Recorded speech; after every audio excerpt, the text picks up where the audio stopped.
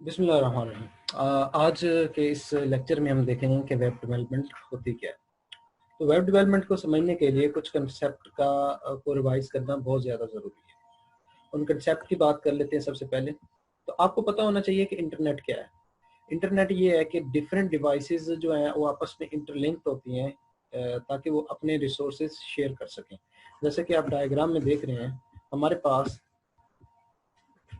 हमारे पास यहाँ पे एक कंप्यूटर है, कोई सर्वर है, राउटर है, प्रिंटर है और डिफरेंट कंप्यूटर्स हैं, वो आपस में इंटरकनेक्टेड है स्विचेस और राउटर के जरिए। ठीक है। और ये आपस में अपने जो रिसोर्सेज हैं, रिसोर्सेज में प्रिंटर है, स्कैनर और ये कैम भी हो सकता है और ये अपनी हार्ड ड्राइव या मेमोरी भी शेयर कर सकते हैं। तो ये आपस में अगर ये इंटरकनेक्ट होते हैं और ये अपने रिसोर्सेज शेयर कर सकते हैं तो इसे हम इंटरनेट कहेंगे। उसके बाद जो नेक्स्ट कंसेप्ट है कि वेबसाइट क्या होती है। Website is a collection of A web pages and related content that is identified by a common domain name and published on at least one web server। Website जो होती है हमारे पास collection होती है वेब डॉक्यूमेंट्स की या web pages की या इससे रिलेटेड कुछ कंटेंट्स की, जो कि कहीं पे होस्ट होते हैं या किसी डोमेन के ऊपर वो पब्लिश होते हैं और वो किसी सर्वर में पड़े होते हैं हमारे पास। तो हम ये कह सकते हैं कि जैसे हमारे पास विकीपीडिया या हमारी कामसेट की वेबसाइट है, तो वो कहीं पे सर्वर पे होस्टेड है और जितने भी डॉक्यूमेंट हो गए उस वेबसाइट में, लाइक उसके अब हम देख सकते हैं कि होम डॉक्यूमेंट होता है हमारे पास, एक पूरा होम का पेज होता है। फिर उसके बाद हमारे पास एक गैलरी का पेज होता है। उसके बाद हमारे पास कुछ लिंक्स होते हैं। वो सारे डॉक्यूमेंट्स उस सर्वर के ऊपर पड़े होते हैं और उन्हें हम एक्सेस कर सकते हैं विद स्पेसिफिक डोमेन नेम। अब डोमेन नेम क्या है, तो हम लिखते होते हैं www.kamsetvihari.edu.pk। तो हम उस डोमेन नेम पे चले जाते हैं और वहाँ पे जो पड़े हुए डॉक्यूमेंट हैं उनको हम व्यू कर सकते हैं। तो अब ये बात आती है कि ये वेब सर्वर क्या होता है। वेब सर्वर बेसिकली हमारे डॉक्यूमेंट जहाँ पे होस्ट किए जाते हैं, जहाँ पे जिस सर्वर के ऊपर हमारे पास डॉक्यूमेंट, हमारे जो वेबसाइट के पेजेस हैं वो रखे जाते हैं, वो वेब सर्वर होता है। और उस वेब सर्वर को हम एक्सेस कर सकते हैं थ्रू इंटरनेट। और हम जस्ट देंगे www. पे जाएंगे या हम अपना वेब ब्राउजर ओपन करेंगे, लिखेंगे www.kamsetvihari.edu.pk तो या विकीपीडिया या फिर आप जो भी आप वेबसाइट ओपन करना चाहते हैं जस्ट उसका डोमेन नेम देंगे तो आपको उस वेब सर्वर के ऊपर लेके जाया जाएगा और वहां पे आप उस वेबसाइट के रिसोर्सेज को या उस वेबसाइट के पेजेस को एक्सेस कर सकेंगे। अब चूंकि ये हमारा कोर्स है वेब डेवलपमेंट का, तो वेब डेवलपमेंट में हम इसको फर्दर डिवाइड करते हैं टू पार्ट्स में, front end development and back and development. Front end development वो वाली डेवलपमेंट जो यूजर को नजर आनी चाहिए, मतलब कि डाटा किस तरह का यूजर को शो होना चाहिए, उन डेवलपमेंट की बात जब हम करते हैं तो हम फ्रंट एंड कहते हैं उसको। और जो उसके पीछे प्रोसेसिंग होनी चाहिए वो सारी बैक एंड डेवलपमेंट में आ जाती है। ठीक है। तो जो भी लॉजिक्स लगे होंगे, जो भी कहीं पे अगर डाटा सेव करवाना है या जो भी आपके पास जिस तरह की प्रोसेसिंग होगी वो बैक एंड डेवलपमेंट पे चली जाएगी। और डाटा को डिस्प्ले कैसे करवाना है वो हमारी फ्रंट एंड डेवलपमेंट में चली जाएगी। जब हम पहले हम फ्रंट एंड डेवलपमेंट को डिस्कस करते हैं और उसके बाद बैक एंड डेवलपमेंट को डिस्कस करेंगे। फ्रंट एंड डेवलपमेंट की बात की जाए तो फ्रंट एंड डेवलपमेंट में आप देख सकते हैं the markup and web languages such as HTML, CSS, JavaScript.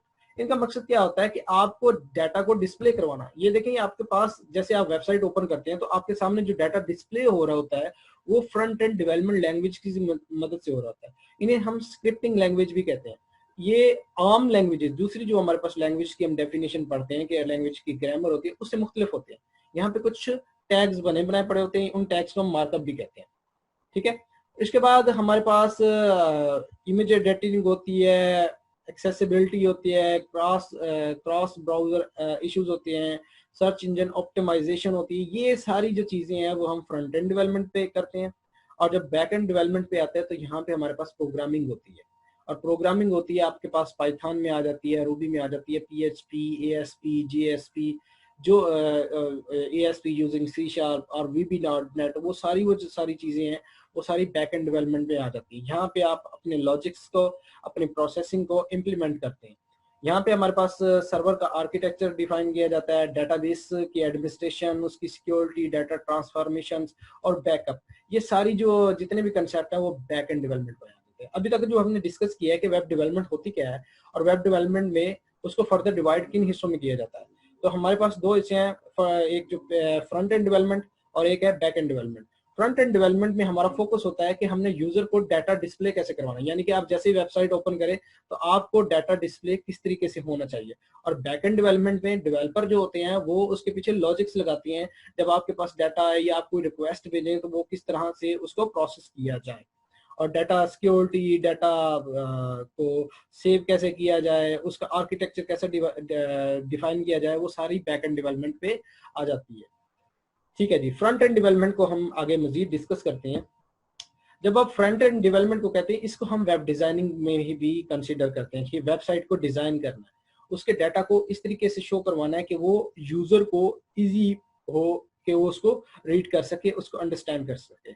इस वेब डिजाइनिंग में या फ्रंट एंड डेवलपमेंट में जो पहली लैंग्वेज आती है वो HTML है, फिर उसके बाद CSS है, फिर जावास्क्रिप्ट है, फिर jQuery है, फिर बूटस्ट्रैप है।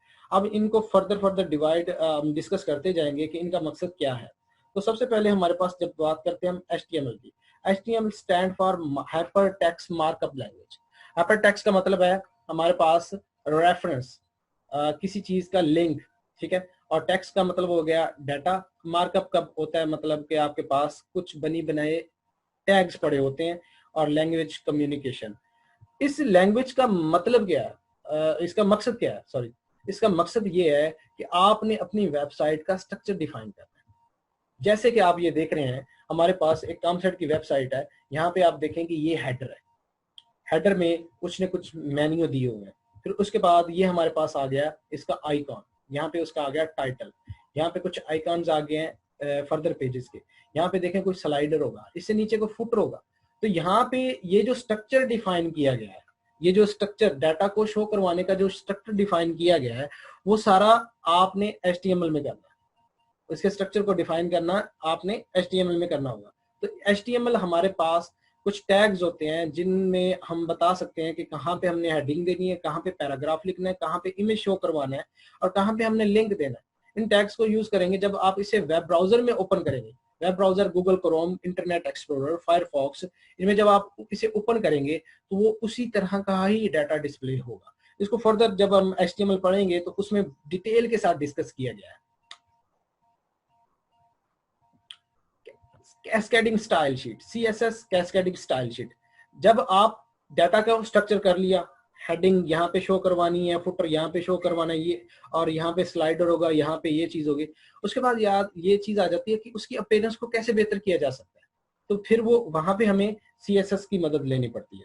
इस एग्जाम्पल से आप इसे समझ सकेंगे। जब आप HTML की बात करते हैं तो HTML में आप HTML की बात करते हैं तो HTML में आप उसका स्ट्रक्चर डिफाइन करते हैं। ये हेड है, ये बॉडी है, ये स्ट्रक्चरल लेयर है। जब आप इसके साथ HTML के साथ CSS यूज करते हैं कि आप इसको बेहतर अपीयरेंस या लुक दे सकते हैं, इसकी प्रेजेंटेशन लेयर पे काम करते हैं, इसके कलर कॉम्बिनेशन के ऊपर काम करते हैं, ये किस तरह का नजर आना चाहिए, तो वो हम बेहतर नजर आना चाहिए, यूजर फ्रेंडली नजर आना चाहिए। तो वो जब हम इस चीज की बात करते हैं तो फिर हम HTML के साथ फिर हम CSS का इस्तेमाल करते हैं। इसको हम डिटेल में डिस्कस करेंगे जब हम CSS के ऊपर काम करना शुरू कर देंगे। अभी फिलहाल आपने समझना है कि HTML और CSS में ये फर्क है कि HTML स्ट्रक्चर डिफाइन करता है आपकी वेबसाइट का, और CSS आपकी वेबसाइट की अपीयरेंस को चेंज करता है, उसको बेहतर लुक देता है। इसकी कुछ फनी एग्जांपल देखते हैं। लाइक अगर सिर्फ HTML की बात की जाए तो आपके सामने एक इंडियन एक्ट्रेस है, दीपिका पादुकोण, शायद इसी का इसका नाम यही है। तो अगर CS की बात की जाए, सिर्फ HTML की बात की जाए, तो हमारे पास ये कुछ सिंपल शो हो रही है। और जब आप CSS इस्तेमाल करते हो, अगर सिंपल टर्म में आप जो सुर्खी पाउडर है या जो भी आप इसकी अपीयरेंस पे काम करते हैं तो उसकी अपीयरेंस को ये चेंज कर देता है। तो HTML का मेरे ख्याल में अब आपको कंसेप्ट समझ आ गया होगा इस एग्जांपल से कि HTML और CSS में फर्क क्या है।